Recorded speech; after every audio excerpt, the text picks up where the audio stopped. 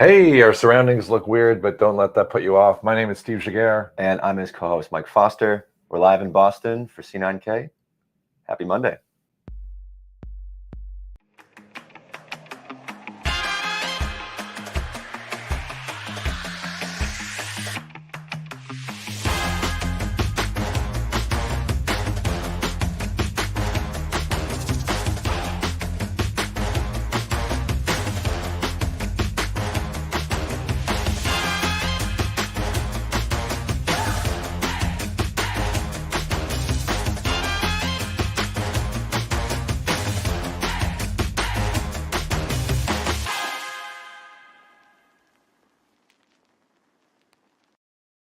Okay, we're in unfamiliar circumstances. Welcome to C9K, your clouded newsletter for an impatient world where we curate all the events from the past week or two and distill them down into one amazing show. What do we have? Yeah, speaking of amazing shows, we're talking Reinforce. So live in Boston for Reinforce, we have a ton of, well, how many? There's 412 sessions. 412 sessions. We're just going through them, trying to pick our top picks. Yeah, so no demo today, but we got a big NFS CVE. We're talking about the Rogers outage in Canada last week and some buzzword bingos, OWASP top 10 for Kubernetes. Got a bunch of good stuff.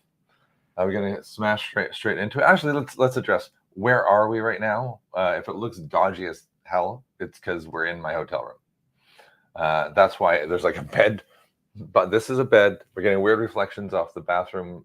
Deal with it. We have great lighting. That's the important thing because there's an amazing view of Boston just in front of us. What is this part of Boston? We're in the financial district. Financial district. Yeah, amazing. Perfect spot. Steve, I hadn't met you for what, 2 years, and now I've seen you twice in 2 months. So that's pretty awesome. You can't get rid of each other. I know. All right, we'll get into the general news though.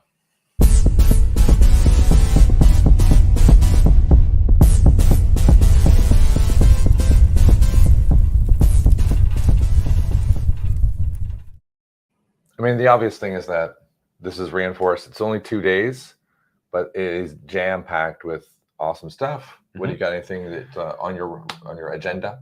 Yeah, a lot of AWS specific events. I would imagine. Yeah. You go to the website and there's some big keynotes that are coming up, especially early morning. So I'll check those out. Really interested to see the partner stuff because typically these are announcements. It's Sysdig partnering with AWS to do some sort of security talk. So that stuff's pretty cool. Want to see maybe some people doing some supply chain and actual use cases. Still have yet to see those at conferences. It's a lot of theory and talk. What about you? There's some good sponsor sessions. I'm not going to mention who they are because they're probably competing products to both of us, but they do look pretty interesting in terms of supply chain. They allude to maybe use cases. This is where I'm going to go, right? So just search on supply chain and the 412 things, and I'm sure you'll find them. I am keen, after having gone to my very first ever reInvent, to see the Builders Fair, because the Builders Fair at reInvent was insane. It was all these sort of, I don't know if they're interns or young people, relatively, and they built all sorts of zany ideas. So I figured if this is a security-focused Builders Fair, what am I going to see? Yeah, it was just full of surprises last time, and some just incredible things that we recorded for the AWS in the UK. So I'm pumped to see that. Some of the leadership sessions that I've already flagged are, I could just sit and watch all of them, because I think one of the biggest problems we have is just kind of conveying security so that leadership does the right thing, so that people down below, like the dev and the ops, the world that we live in, can just get on with doing it right, as opposed to facing blockers from upper management. So I'm kind of curious to hear what's the messaging that upper management are the tailored messaging, let's say, that's been designed by AWS for them. What is it they're hearing so that I understand what my DevOps cohorts. So there's going to be a lot of that for me. So a combination of kind of high level and incredibly low level. That's probably going to occupy most of my time. I have, most important thing, 1 o'clock at the Palo Alto booth, 202. I'm doing 10 minutes on drift between cloud and code. Be there. That's tomorrow. Shameless plug. That's Wednesday. Wednesday, 1 o'clock. And I did actually realize it's 3 days. So it's a 3-day event. Oh, it's today though. But today is all of the training sessions. Stuff I wish I'd signed up for. Which is kind of cool. You had to pay extra for it. And I was like, am I really going to do a training session? We can, come and do this live. I paid extra for the SecureCon at KubeCon. I should have paid extra for the training session, because goodness knows I could use more training. All right. Now we get into a little bit more of the fun stuff. So this Twitter bingo card came up. On this one, I never heard. What's the Twitter called? It's like VCs congratulating themselves. So find it, because everything on it, particularly given the current circumstances of last year, it was just money, right? And now everyone's like, layoffs, get rid of stuff. We're sensible now. Really, are you?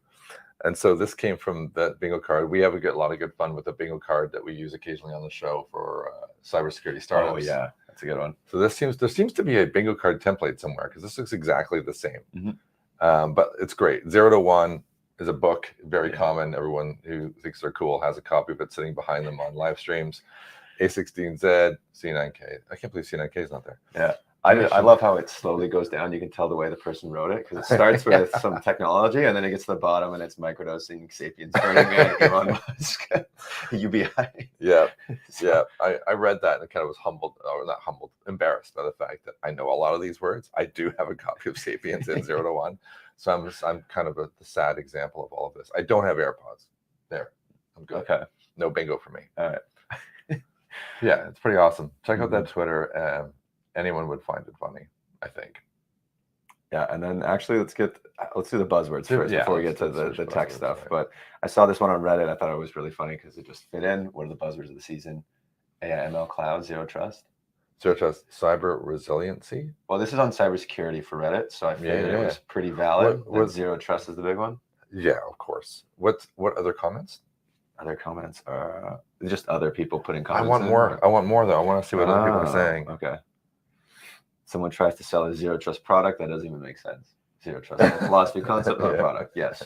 We've gone through a couple of different applications, let's say, especially when we're doing our big spender section, and you'll see that zero trust networking, zero trust military grade. Military grade. Yeah. Yeah. Military grade software. Oh, we don't have it. I like at the speed of. Doesn't matter what you put afterwards. Yeah. At the speed of DevOps is a good one. Cybersecurity at the speed of DevOps. Seamless integration. Seamless integration. That's a good one. Yeah. Very awesome. All right, now we get into the serious stuff a little bit. Real stuff. So this came up. This is from Checkmarks. Actually, I found it on Dark Reading.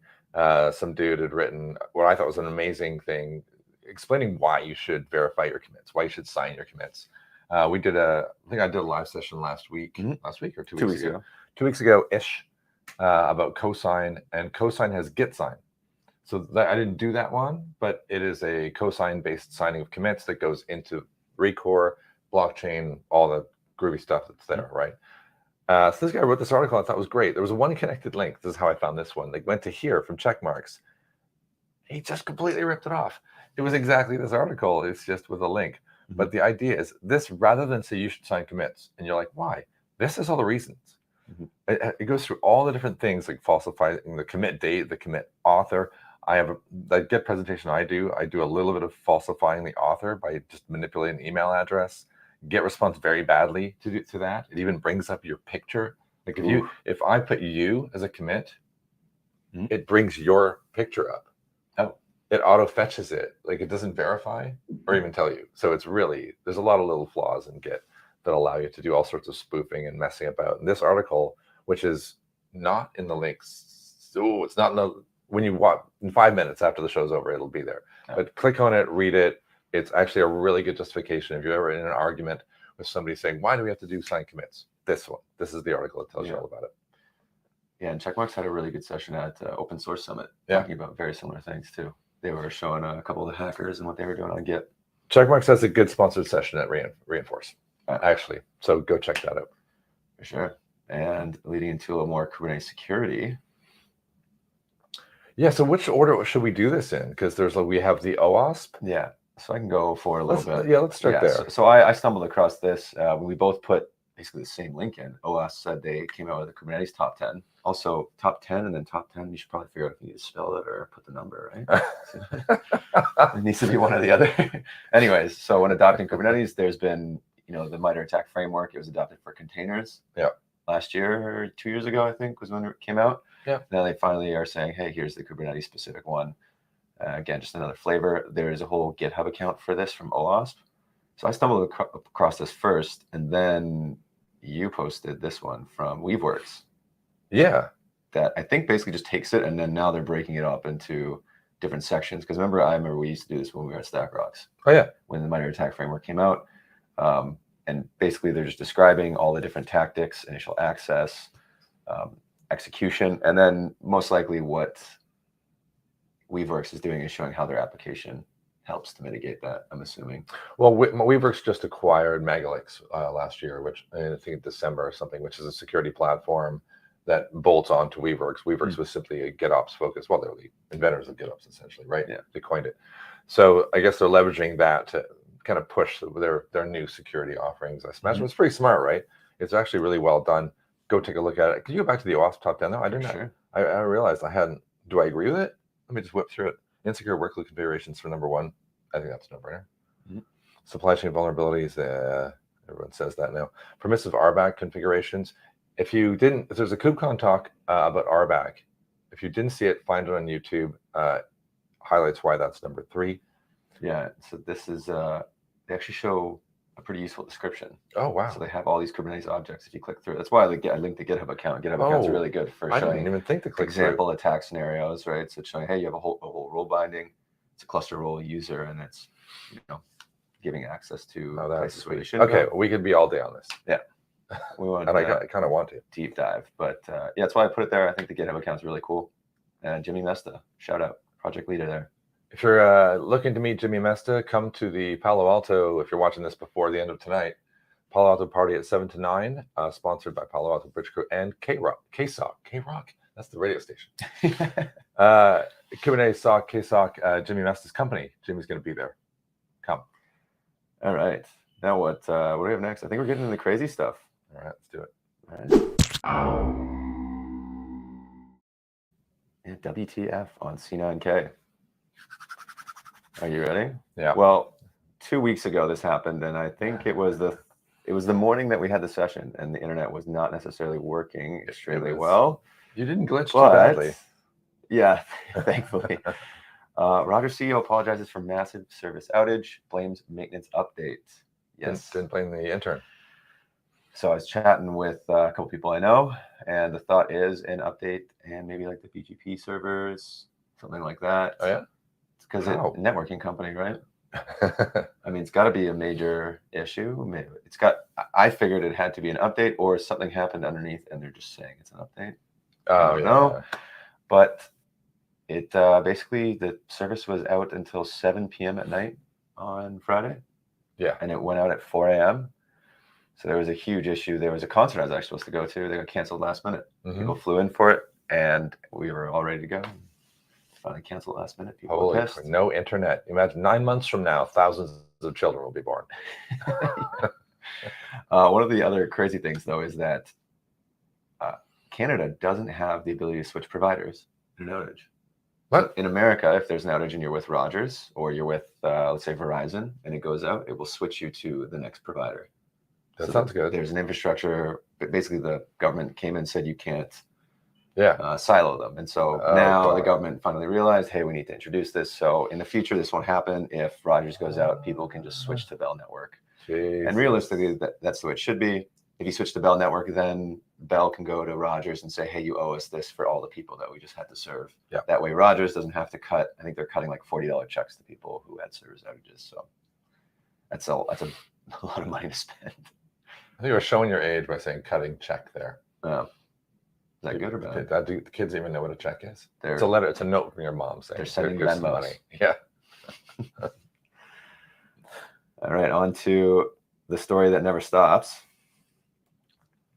A endemic software flaw could take years to address. U.S. government review finds, and this is the log for shell update. And well, soon there'll probably be the same article about Spring for Shell. Easy for to display. Yep, it is a ongoing nightmare. I just saw this title and read it a little bit. It's kind of CNN politics, breaks down the basics for somebody who's watching. But what I didn't really like is everybody who needs to fix it has fixed it. Yes, Just because you have log4shell and it's in some database that's disconnected, right? Yeah, okay, there's still a risk. You should update it, but it's not as serious as it needs to be, right? Yeah, it's funny. It comes back to why we're spending so much time talking about supply chain and software composition analysis and context and trying to, that elusive problem of, okay, there's a vulnerability. Yeah, of course I have it somewhere. But do I care? How do I know if I care, right? There's no straight up solution for it. No, not yet. So startups, more. Yeah, seriously. It's almost, it's kind of like the internet, but with software applications. Like there's the 90% or so the 10% that you see that you care about. Oh, yeah. And there's the 90% that you don't care about that nobody ever touches. And it's like, yeah, okay, it's there, but is it really guarding anything? Is it important? Yeah. But pretty interesting write-up nonetheless. Now, the last one we're going to get to, I found pretty interesting. Airgap systems leak data via a SATA cable and Wi-Fi antennas. So it uses the SATA cable as a Wi-Fi antenna by basically like sending charges through. What the? Yeah, and remember I talked about using a memory card. They got it so that the memory card would pulse at a specific rate through, and it gave off like a signal, could transmit 25 kilobytes of data a second or something like that. Of course, it's a security researcher. I thought I had to roll down and like, what is in the risk in the calculation of likelihood versus impact? Yeah, what is the likelihood this is happening anywhere? It's cool. I think it's the same security researchers that did the memory card flaw. Oh, yeah. They basically just said, hey, can we apply this exact feature functionality to other pieces in your computer? I mean, I love it. It's like Bond stuff. Yeah. You know, it would be cool to see that you can actually do this. Look at this. Pretty crazy. I mean, this is the kind of research I'd love to geek out on, but I don't expect anybody to actually ever do this. They can deliver a radio channel between 59995 and 5996 gigahertz. That's kind of nuts. Yeah. That's why it's in the WTF section. Yeah. Pretty much. All right. The last I think that we had this in WTF section because it straddles WTF and Big Spender. Yeah. Ondat, formerly Storage OS, CEO, co-founder Alex Cherkop. Wonderfully nice guy, very technical, big contributor to CNCF, announced last week that they had to let some of the people we know go because of market. We've been talking in our big spender section of like money was just flying, and then suddenly it wasn't. Yep. And if you're a startup looking to rebuild or rebrand or redo anything that you're trying to do, suddenly you got hit by the market, and this is just further evidence. After the big Lacework layoffs, it's not that easy to be a security startup, even though it sounds like it sometimes. Yeah, we had that True Layoffs. I think 2 episodes ago, we had the TrueLayoffs.com that was showing a massive spike in layoffs across the tech sector, which was always interesting. And I think it was two episodes ago. Yep. All right. But even though there is layoffs, there are still big spenders. So.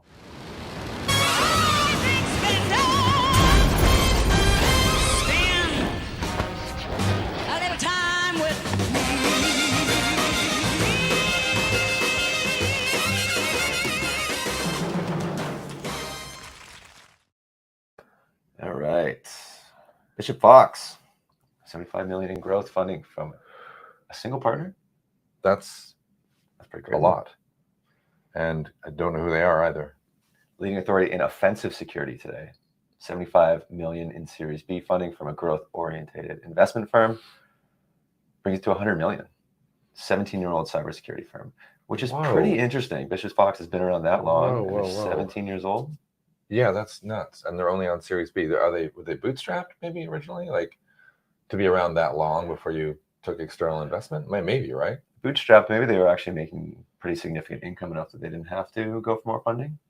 Yeah. If their burn rate was extremely slow. Yeah. Because now you just see these hyper growth startups, but I mean, that's a model that's pretty admirable.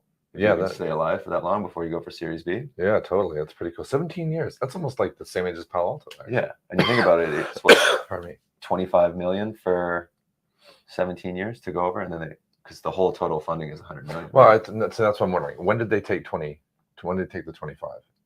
How long did they go before they even? You're saying you bootstrap the first 5, probably a small team. Yeah. Working on just some consulting gigs, and then they finally got the funding. Flip the switch to go a bit bigger. Yeah, I'm curious. We can look that at some other time, but yeah, that's pretty good. I do think you're going to see a lot more startups coming out of Phoenix and Arizona as well, because a lot of those California types have moved. Yeah, I had a really good chat about before we did the show a couple of days ago with one of the guys who founded CloudSploit. Yep. And they bootstrapped. So now they're kind of looking at the market going, I wonder if we're starting to see people, rather than just go straight in with just concepts looking for millions, to try and get a bit of a groundswell and developer adoption on an idea on their own. Yep. Rather than kind of potentially stitch yourself up for a performance or a growth that you're not ready for. Yeah, and I think it attracts a certain type of developer too, right? There's a lot of people who are a little bit later in their career that know a lot, but they don't necessarily want to get into the startup life. Yeah. So it's, hey, maybe we have a decent growth model. You know, you're going to be putting your 9 to 5 in, and that's it. Yep. It's pretty solid. I'm here for it. All right, we get the last section of the show, a pretty big. Now, what starts with the letter C?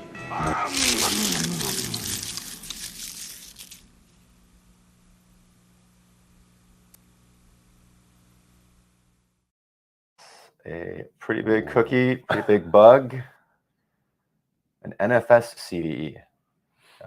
This one is pretty massive. It's a day 0 one, so there actually is no fix that I've found as of today. But for those who don't know, Windows Network File System, this really helps if you have something like an Active Directory, you have a ton of Windows servers, and really you want to connect to like an NFS system, right? I remember when I was working in research, this was pretty common because you have people that use Linux, people that use Windows. So you had to have some way to communicate so that they had read-write access to all that. This is for NSV4, NSV2, and 3 are actually safe. Oh, although V4 is the newest version, and it's on all of the new Windows AD servers. So 2012, 2016, 2019. So you're not going to downgrade. You're not going to downgrade. No. But if you're not using NFS, you want to make sure it's turned off on all of your servers. Yep. Smart. Okay. Because not only is it's both, even for it has to do with the connectivity. I forget exactly, but if you have your home station and you have the NFS enabled, then somebody can attack your computer. Wow. Yeah, that sucks. It's a big one. 9.8. 9.8. And really, all the mitigation right now that it says is make sure that it's turned off if you're not using it. Otherwise, get it off the public access network. All right. It's Microsoft, so we expect some imminent patches. Yeah, that one's definitely a big one and should be patched soon. All right. So that, I think, is the wrap up of our show. That is the end. Any further thoughts, or should we just go register get our badges for Reinforce? And if you're there, track us down. For sure. And tune in next week, and then we'll do the wrap up. What do we like? What do we not like? And by the way, if you're at Reinforce, use the app, because it's impossible to navigate on the laptop. The app's actually pretty good. Just if you're thinking I can't make heads or tails of using the AWS on the lap, it sucks. I think they did that on purpose. I think they do. I don't know. They should sell advertising on the app or something. Oh, they do. AWS. Anyway. Yeah. Happy Monday. Thanks for watching the show, and we'll see you next week.